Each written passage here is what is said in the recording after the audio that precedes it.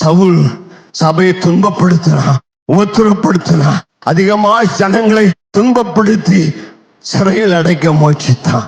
கிறிஸ்துவ மார்க்கத்துக்கு பரம எதிரியாக இருந்த, பயங்கர எதிரியாக இருந்த அந்த சவுல தமஸ்கு ரோட்டில நடு மத்தியான வேளையில அவனை சந்தித்து சவுளை பவுலாய் மாற்றின ஆண்டவர், அவனை சுவிசேஷத்தை அறிவிக்கிறவனாய் மாற்றின ஆண்டவர் இன்றைக்கு மீண்டும் நம்முடைய நாட்களை கர்த்தர் அதை திரும்ப செய்ய வேண்டும். இன்றைக்கு ஆண்டவரே, சுவிசேஷத்தை எதிர்க்கிறவர்கள் அநேகர் உண்டு, சுவிசேஷத்துக்கு தடை செய்ய அநேகர் உண்டு. பைபிளை கிழித்து போட்டவன், பைபிளை நடு ரோட்ல தீ வச்சு எரிச்சவன், ஆண்டவரே ஆலயத்தில் வந்து இயேசுவே ஆண்டவர், இயேசுவே ஜீவிக்கிறவர் என்று சாட்சி பகிரும்படியாக மீண்டும் செய்த கர்த்தாவே, மீண்டும் நடப்பேன் கர்த்தாவே.